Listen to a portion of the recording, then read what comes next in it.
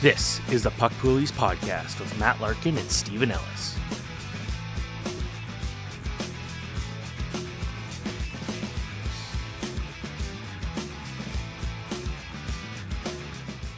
Hello, everyone. Welcome back to the PUCK POOLIES Podcast. Hard to believe we're on episode 10 now. It's Matt Larkin here, as always, with Stephen Ellis. We're brought to you by PROLINE Plus. We have a really, Stephen, I'm feeling our lineup today. This feels meaty, juicy. I'm pumped to get into it. So let's start. Tell me what's going on with your little fantasy team. Well, my slump continues. I lost again. I think it's my fifth time in 6 weeks, but this time it was by about 2 points, which in a league where each week we're getting 450 points at the bare minimum, that's a pretty small margin. I think part of this week was just I had a lot of my key guys just like I couldn't bring new guys in because I couldn't drop my guys that were not playing. Like Tage Thompson was hurt and eventually came back. I actually forgot to put Thompson in the lineup, but that was okay because that was the game where Buffalo got like 3 shots in the first 2 periods. But, you know, a part of it was I lost to Connor McDavid. Yeah, and McDavid going out there and being much better than Leon Draisaitl ended up becoming the big difference there. So, I'm still pretty happy with that week. I was going up against the second best team and with a team with McDavid, that hurts. But I just didn't get enough. My big guys just didn't play enough. Simple as that. So entered the week looking at it, and it said the projected games played, and I was down by about 14, and I made a couple of ground on there. Lucky enough, Logan Thompson was easy guy to drop, and I brought in Joseph Woll for a night to see if he could do something, and then that game did not go so well for him in the end. So, I got some pinch performers, but I just had too many guys that I couldn't drop or put on injured reserve, and that kind of hurt me. Okay, so it's funny. We continue to go in opposite directions. My team, the big streak continues. I've won 7 weeks in a row now, and 9 out of 10. So my team is it's kind of really locked in. We have 4 divisions, and I'm locked into the 4 seed because the top 3 teams were great early. My team kind of got hot late, so I feel like I'm just stuck as the 4 seed. But I'm pulling away now. I made a trade. I'm kind of disappointed in it because I was shopping Trevor Zegras to the seller teams because our league has contracts. He has 2 years left, so I was looking for some rentals and if you want to build around Zegras. And I turned down an offer of Crosby for Zegras a month ago. At the time, like Zegras was the player of the week, and in the last 30 days, he had outscored Crosby. So I thought this isn't enough. I turned it down, and Zegras has kind of slowed down. And Crosby picked up, so I ended up selling pretty low, more just for pure categories. I traded Trevor Zegras to my dad for Carter Verhaeghe and Rickard Rakell. So if you hear those names, it's an underwhelming return, but I was targeting goals and shots, and Rakell or Verhaeghe is 28 goals, Rakell's 18. They both shoot the puck a fair amount. So based on what I needed, it works. It just I should have accepted the Crosby deal. What are you going to do? Okay, let's start with our pickups of the week, Stephen. Let's do it. All right, we're going to start with a goalie that is representing Canada at your favorite tournament, the World Hockey Championship, and that is Adin Hill. Yeah, so try not to judge him for playing in that terrible tournament, but Adin Hill, the Vegas Golden Knights, available in 55% of leagues, Yahoo leagues. This is a vital, I wrote in my notes, all capitals, vital pickup right now. This could shift your fantasy season on its axis because we know now Logan Thompson is out. It's a week-to-week injury. That's a pretty murky timeline. He could be back in a week. He could be out a month, and we're getting close to fantasy playoffs now. Or if you're in a roto league, you're in your final stretch as well. So Adin Hill, he's got a .911 save percentage through Sunday's game, so going into the start of this week. And he's been pretty decent whenever he starts already this season. Now he's locked into a fantasy starter role. I think it makes him a viable starter short-term for your team if you need a boost in goaltending. Actually, so much so that I am currently typing in Adin Hill's name and picking him up and dropping Joseph Woll. So live pickup. All right. Yeah, we're doing it right now. You probably can't see it very well, but it's happening. So anyways, I just picked up Adin Hill. I like that one a lot. Nick Schmaltz is your medium pickup of the week. Yes, so he's available in 75% of leagues, and when he gets hot, you just kind of got to ride him because it happens every year, and he's got 6 goals and 13 points in his past 7 games. He's got that great chemistry with Clayton Keller. We saw this happen last year, and he got 30 of his 59 points in just a 20-game stretch. So it seems like he just goes on one of these runs, and you definitely want to ride him when that happens. So I think he's an under-owned player who's a first liner, and he's been close to a point per game, give or take, for the last year. So at the very least, you want to ride out this hot streak. So go pick up Nick Schmaltz. I was using, I don't know how much you've used of Chat GPT, but I was playing with it when I saw these players here, and I said, which player would you pick up for your fantasy team? And Nick Schmaltz was the player that Chat GPT picked. Granted, this is going off of data before 2021 because it can't search the internet, but that's who it picked. So if you believe in the AI, that's who you got to pick. And Anthony Beauvillier from the Vancouver Canucks is your deep pickup. Yes, he's available still in 92% of leagues. I scooped him in my own league, and I'm feeling good about it so far. And I just wrote again, my note was, wakey, wakey, everyone. This is an important pickup right now. He's on that top line with Elias Pettersson, who's been on fire, and they're forming some pretty instant chemistry there. Beauvillier is even getting first power play work, or at least power play work of some sort. I don't know if it's PP1, but he's getting power play time. And he's playing more than 18 minutes a game. First 4 games as a Canuck, had 2 goals, 3 points, 10 shots, 7 hits. So it seems like the experiment's going to work there. And that was what I thought would happen for 2 reasons. One, if you're paying up in the Bo Horvat trade, you better be getting something decent back, and you want to see what you have with Beauvillier, who's a former first-round pick. Also, if he's a future trade candidate, you want to showcase him. So no matter what, there are many reasons for the Canucks to give Beauvillier a shot. He's in his mid-20s. There's still some upside there. So he's definitely an attractive pickup. Even in medium leagues, I'd be looking at Beauvillier to see if he stays hot. And your WTF pickup of the week is another World Championship superstar, Adrian Kempe from the LA Kings. Yes, Adrian Kempe, also a former first-round pick. I forget what draft it was. It was probably 2013 or 14, if I remember correctly. But this player was always useful the last couple of years. He had good category juice as a shooter. He threw in some hits. He could score some goals. He had a career high last year, 35. And now what you're getting is not just the banger and shots heavy league production. He's on fire. 7 goals, 17 shots in his last 4 games. So of course you don't just want to point chase. He's not going to stay that hot, but even when he cools down, because he gets so many shots, it's not like the opportunities are going to dry up. So I think there's a chance he's going to challenge that career high. And shout out to Philip Deneau, because at the beginning of the year when we did our player media tour, we were talking to Deneau, and he predicted that Kempe was going to beat his career high again this year. So it looks like it's trending that way. So, okay, that's impressive there, Mr. Deneau. I acknowledge it. Good. I like it.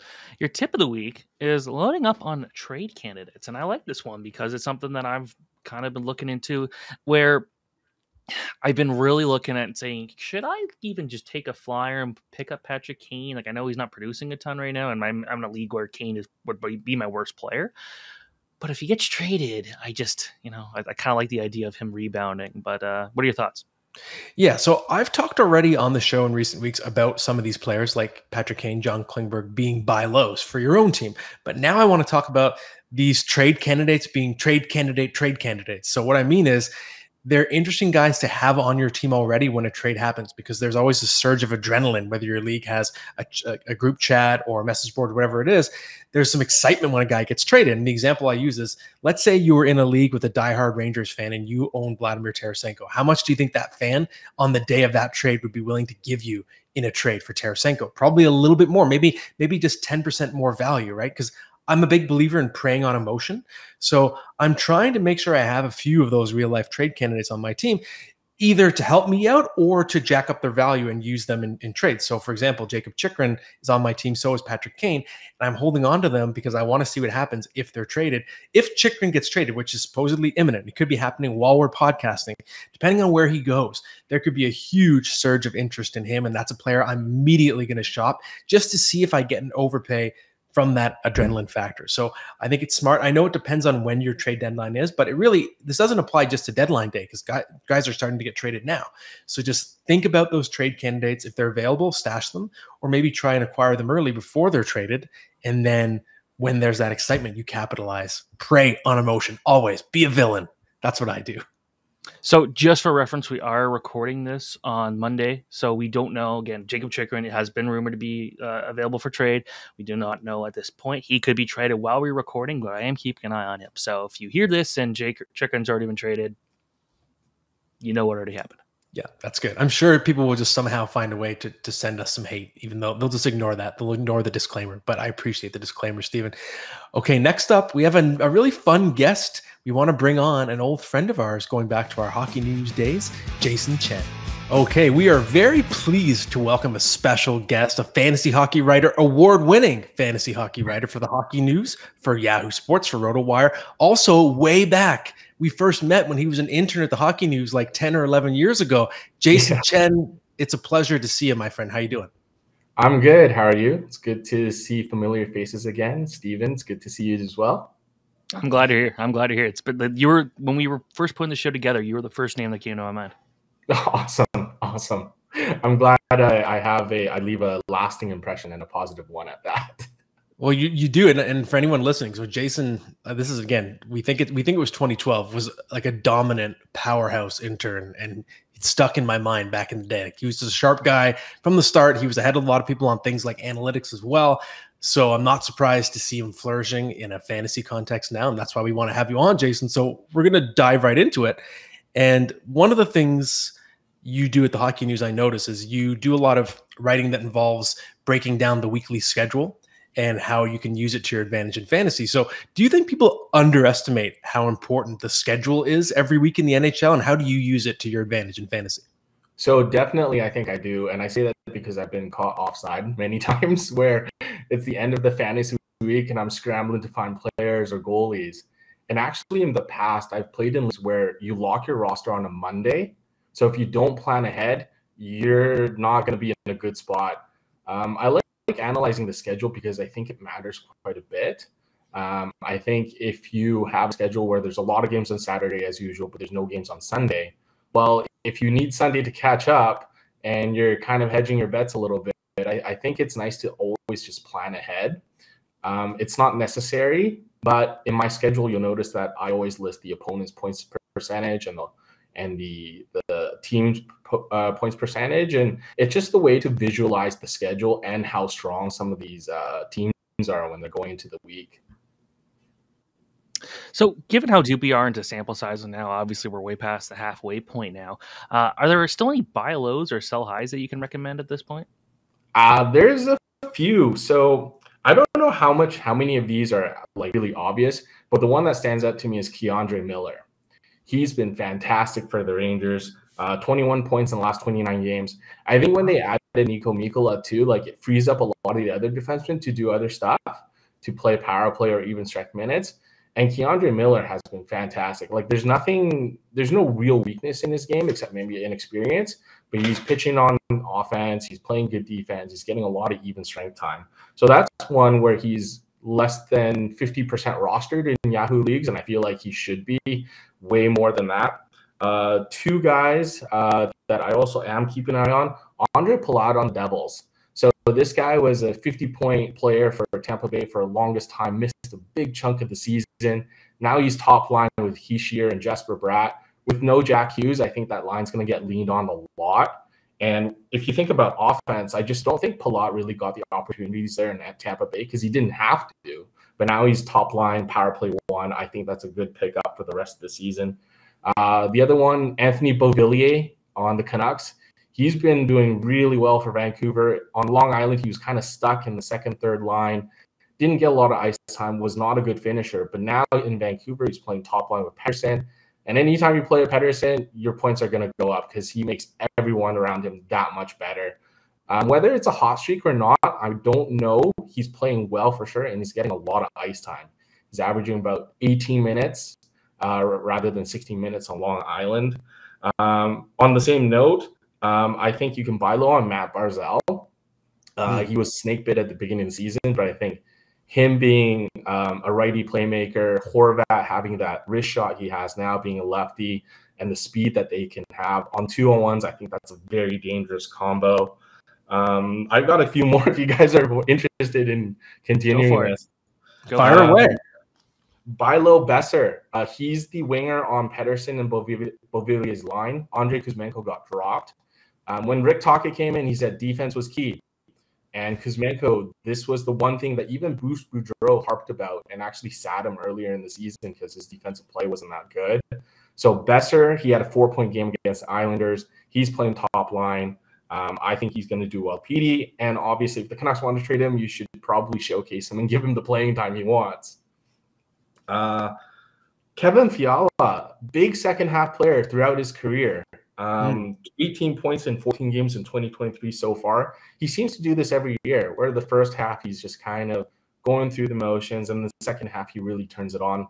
Last year, I think he scored at like a 90-point pace in the second half. That's going to continue this year, I think, and the Kings are going to wrap it up. They're in the midst of a playoff race.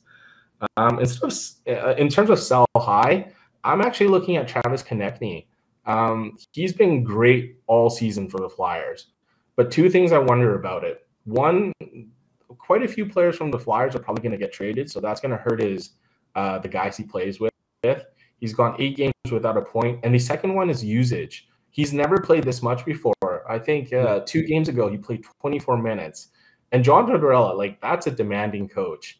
By the end of the season, you're probably losing a little bit of steam. So I'd fade the Flyers and Konechny, even though he's one of my favorite players. Thomas Hertl, that's another one where if Timo Meier's gone, and it sounds like he is, who's Thomas Hertl going to play with? Like Mikey Esimont? Yeah, sure. Maybe a couple minor league guys who can put the puck in the net once in a while. But Timo Meier is like a legit top-line, high-volume shooting winger, and that doesn't grow on trees. And I think that's going to definitely hurt Hertl's production for sure. Really good insight there. I should be making notes and going into my trade offers and thinking about the names you mentioned there. And of course, earlier in the episode, we talked about Beauvillier as well as a great pickup. I've got Pettersson and Beauvillier. I have 2/3 of that line. So maybe I should be going out and getting Brock Besser. Jason, I know one thing that you do, one of your specialties for the Hockey News, is you break down the fantasy implications of trades. And I think on the New York Rangers side, it's pretty obvious. So I don't want you to focus too much on that. But what do you think is the potential ripple effect in St. Louis? And more specifically, who benefits from the spot in the lineup from Tarasenko being vacated? So St. Louis is really interesting. So I think the top line stays intact. So Buchnevich, Kyrou, Thomas, they're good long-term fantasy options. In terms of who steps in for Tarasenko, it really depends on what the Blues do the rest of the season. Because you got O'Reilly, Barbashev, and Achari who'll take some of those minutes, but they're also at the risk of getting traded as well. So in the short term, maybe those guys. But one guy I'm looking at is Jake Neighbors. One of their better prospects, really good, I think, two-way winger with some scoring touch. He was assigned to the AHL for the All-Star break, but I believe he's going to come back. And if you trade these guys, you're going to have to fill these spots anyway. Brandon Saad, sometimes I think about, but he's too much of a low-event player. Like, he's too boom or bust. And sometimes when you watch him play, it's just frustrating because he disappears. And then all of a sudden, he'll be standing right beside the net, tipping in a goal or banging a rebound. But I just think he's too far unreliable to be a fantasy asset. Logan Brown interests me. He gets a little power play time once in a while. He's a big forward. The Blues like to play that style. He's got a bit of scoring touch, but the upside isn't all there. But if we're going to go deeper into the minor leagues, once you trade these guys, again, you're going to need bodies. So I know Matthew Highmore is leading Springfield in scoring. But in the NHL, he's probably more of a two-way sort of grinding, checking line winger.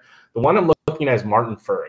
This guy, I believe, set the hardest shot record in the pros, I think, at 109 miles per hour.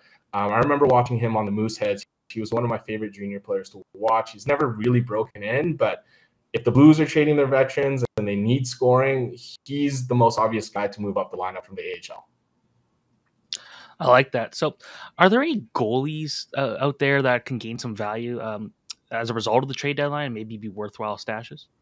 Yeah, goalies are a mess this year. And I think that's going to be the way going forward because scoring is just up all over the league.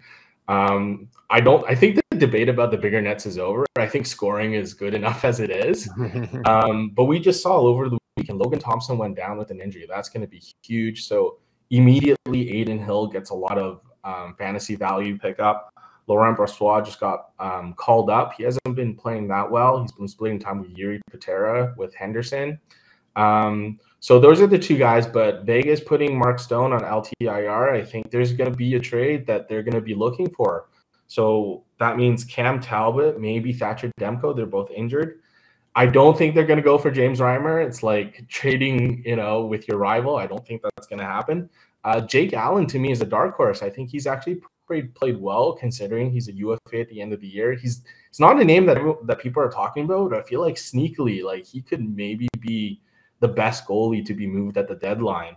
Other than that, Pyotr Kochetkov, he's one of my favorites. You never know what Carolina's going to do with their goaltending, and you never know how healthy they are. So Kochetkov, if you have like one of those NA slots on Yahoo, he's a great stash. I just don't know if he's going to play all that much. But Vegas is the focus, I think. I think they're the team where if a goalie goes there, he has a good chance of winning games. Yeah, I think we're on the same page there for sure, Jason. I wanted to switch gears for a second because I know when we were together at the Hockey News, we like to talk about movies and comic book movies and kind of nerdy stuff. And it's a bond that I remember us sharing. So I wanted to sort of get an updated perspective from you. And how are you feeling about the MCU these days? Because I have been underwhelmed ever since Avengers Endgame. I feel like everything they've put out since has been sort of a 7.2 out of 10. Whether it's, Moon Knight or Loki or the TV shows, any of the movies, Multiverse of Madness, it goes on and on. I feel like they're bogged down by multiverses right now. But I'm curious where you stand on that. Do you think that A, MCU has lost its way? And B, do you think it's hurting the movie industry in general? Wow. We could talk hours about the MCU and all these movies. But I'm like you. I feel like I'm getting a little superhero fatigue. Are you guys feeling the same way? Yes. Like these are big budget movies with a lot of CGI, and it's kind of cool to see once in a while, but then it all just kind of melts together in your brain and you kind of forget what happens where. I think we lose interest because we don't have that big villain anymore. So maybe Ant-Man Quantumania with Kang the Conqueror, the real introduction of Kang, will really, usher in phase 4. It's at the point where I'm pretty underwhelmed as well. There are parts I like, but as a whole, I'm not enjoying it as much. But maybe, maybe this will get back. But at this point, it's also like I've invested so much time, I can't not go see it, right?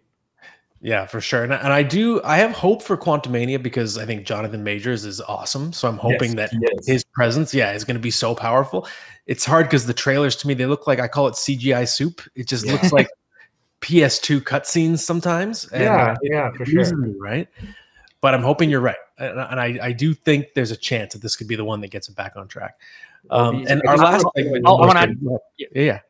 Yeah. So talk about superhero fatigue, where like, does this kill the movie industry? I think every time we think that, there's always like a movie that comes out that kind of flips our minds. We're like, oh, we didn't know we want this. So for this year, it was Top Gun. I that was my favorite movie to watch in theaters this year.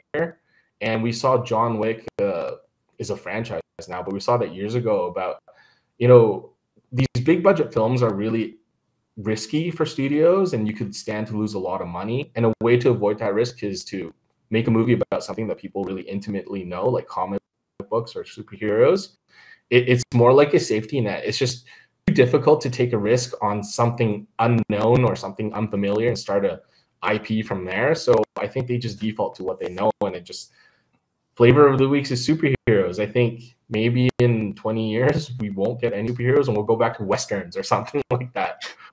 See, I'll add, because like I'm a big Spider-Man fan, and that's like the ones I want to see Spider-Man more than any of the other superheroes. It's kind of like I won't go to the theater to see anything but the Avengers or Spider-Man in terms of actually just movies in general.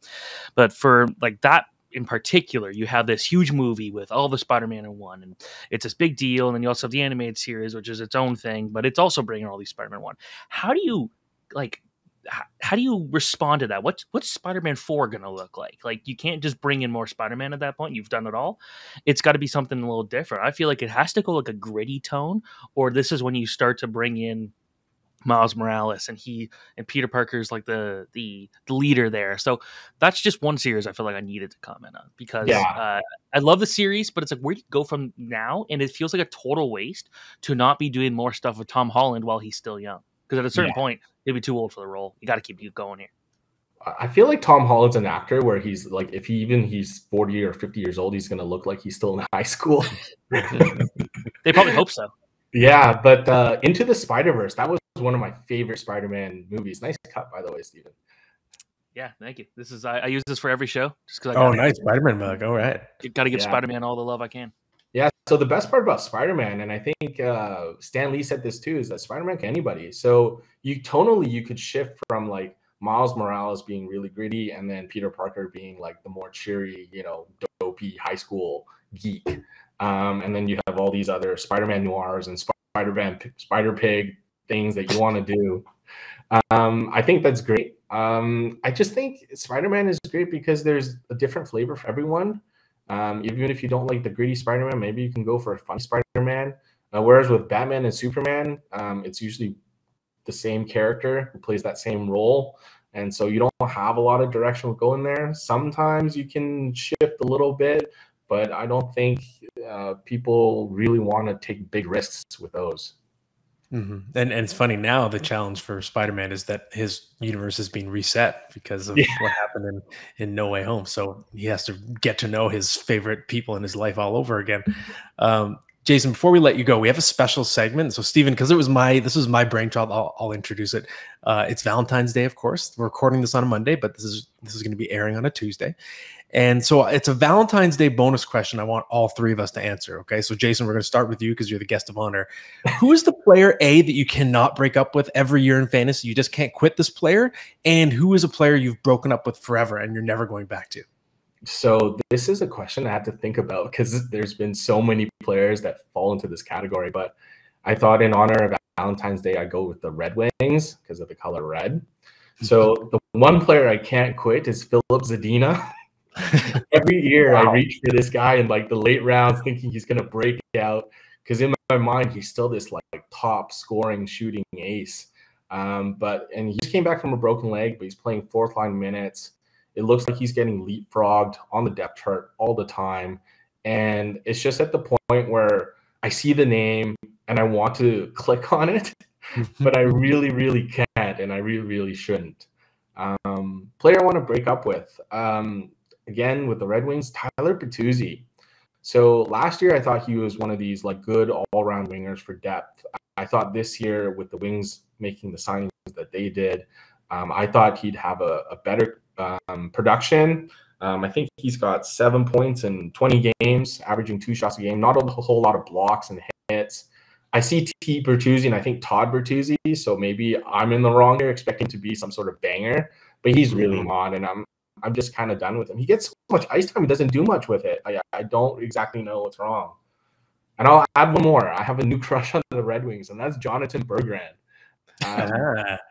This kid, I think if he had stayed with the Wings all season, he would have been a top Calder candidate. He's got slick hands, doesn't have to play on the top of the lineup at even strength to be productive on the power play. He's just been so good. So those are my three guys: Zadina, Bertuzzi, and the bonus is Berggren. Okay, Steven, who do you have? Who's your pair? I know he probably will never play a game of hockey again, but I can't give up. He's been on my injury reserve all year long, Carey Price. I'm not ready to move on in a hockey world without Carey Price. This is a guy that I grew up a Canadiens fan. I could not stand him when he was there at first. I'm like, Halak's the better guy. Pick Halak. But that's because I was a Hamilton Bulldogs fan, and I watched him play with the Bulldogs, thought he was going to be great. Obviously, they made the right choice, keeping Price. But I'm not ready after that playoff run and after you see the emotional moments of bringing him back this year. I'm not ready to say goodbye to him, even though I understand he's probably never playing hockey again. And sticking with goalies, a guy I will never pick up again is Sergei Bobrovsky. You pick him up for points because he'll go on these great runs, and you're like, this is great. The highs are high, like last year. And then you get this year where he's starting to pick it up, but it's so hit or miss. And this is a guy that you could always rely on, at least kind of before that Florida contract. You can get him, and you knew he was going to hit a certain mark every year. He was, obviously won the Vezina trophies, but even when he was in Columbus, probably wasn't going to mean many points in the playoffs, but you get a good regular season out of him.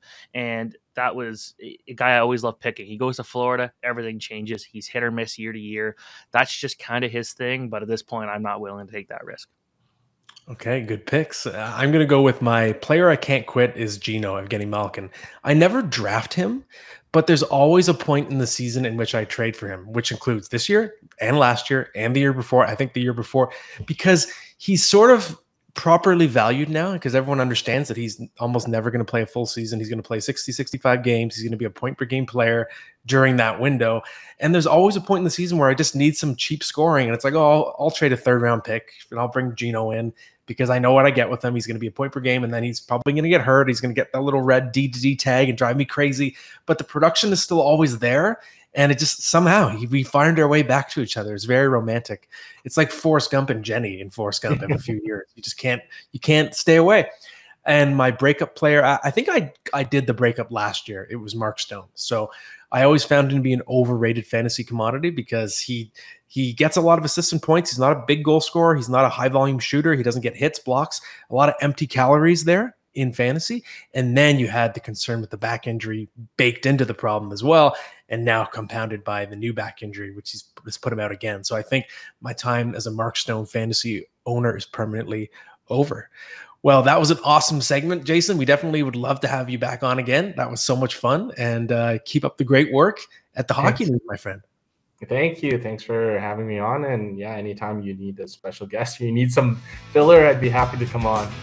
Well, that was awesome. Thank you again to Jason and Steven. It's your turn to take the floor. We're going to talk prospects. Who are you looking at right now as someone intriguing in keeper leagues, maybe that will help this year or maybe next year, it sounds like is what you're thinking for this player?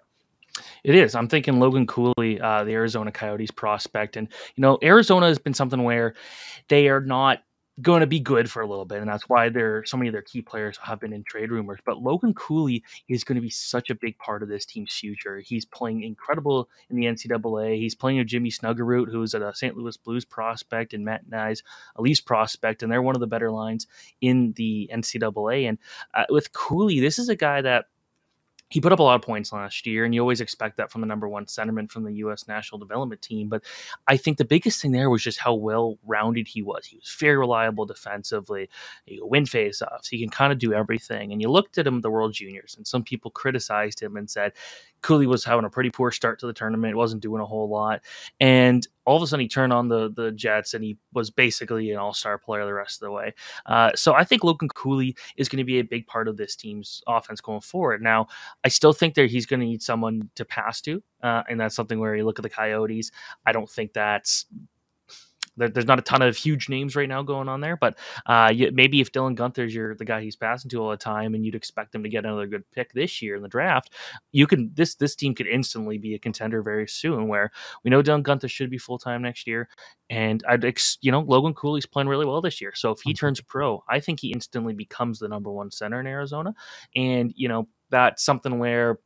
Or at least challenges for it. And with Arizona, you get opportunities. You'll get guys who don't put up a ton of points elsewhere, might not be a first liner in some places, get that opportunity in Arizona. And for a rebuilding team, I think that's interesting. So keep an eye on Logan Cooley.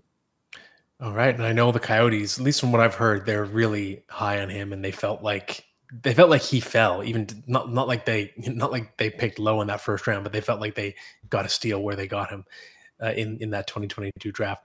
Okay, Steven, it's time now for the best bets segment, presented, of course, by PROLINE Plus. And I'm looking at the Tuesday night slate, and I'm seeing a tank bowl on there. It's the Blackhawks and Montreal Canadiens. I think I'm going to hammer the over 6.5 for plus 197. I'm on fire. Like how many bets have I hit in a row? 6?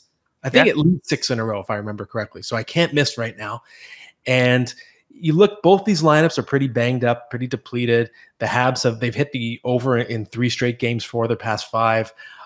I'm expecting slop. I'm expecting a messy game with 2 teams that don't really necessarily want to win.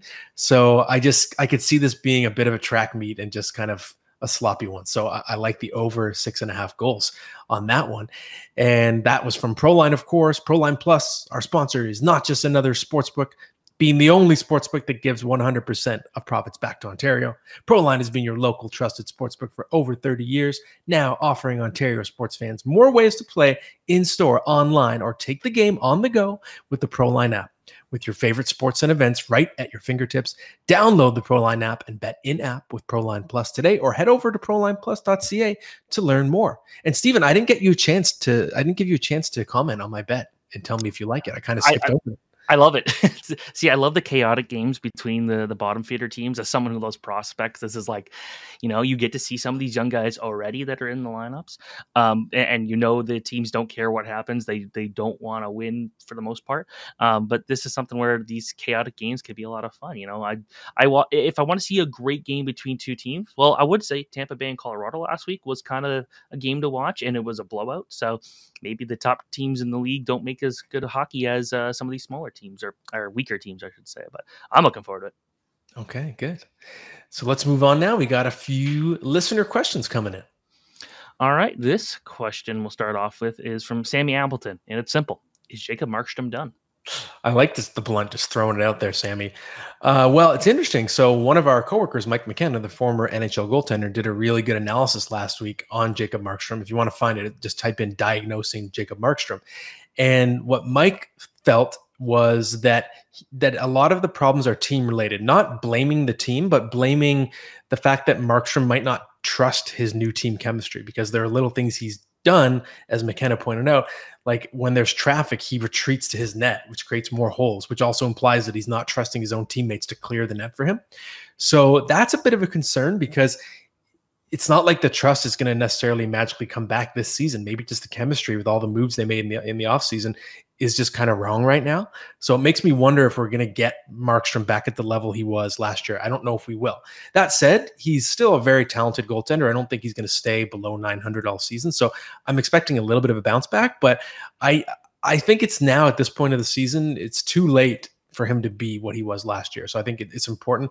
Maybe he's more of a top 12, top 15 goaltender for the rest of the season in the best case scenario, as opposed to being what he was last year, which was top 3, top 5 range. Yeah, you look at that playoff round against the Oilers, and it kind of just was viewed at the time as one really bad week for a great goaltender. Unfortunately, he never really found that again, and they found what made him so good in a regular season again, I should say. So it's a tough one. Ricky Sanders asks, if Farley Nichushkin could stay healthy, do you see him being a consistent 50-point guy for the foreseeable future? And he did miss a lot of time this year, but he's actually on pace for, I believe, 40-ish points this year, so maybe. Yeah, and I assume what Ricky means here is 50 points like per 82 games. And I think that's a fair range for Nichushkin, especially if you judge him by what he's done since coming over to Colorado. So since he became an Avalanche member, he averages 47 points per 82 games. So right in that 50 range, he's been producing a bit better than that in the last season or two. He was really good in the playoffs. I'm still never going to be the most high on a guy like Nichushkin, because I still think his value is more tied to his real life defensive play, and the offense is kind of a bonus. So I don't think he's ever going to be a dominator in fantasy, but I think the 50-point range, give or take, is probably a fair estimate for him going forward. Cool. And this question's for me. So it comes from Brody, and it asks, will Jesper Wallstedt be in net for game 1 for the Minnesota Wild next season? And I'm going to say no, but he'll be in the lineup. And this is something where Fleury signed for a couple of years, but they signed with the assumption that Wallstedt will be ready and he could be kind of the mentor. And if you're going to have a guy as your mentor, Fleury is definitely the guy you'd want.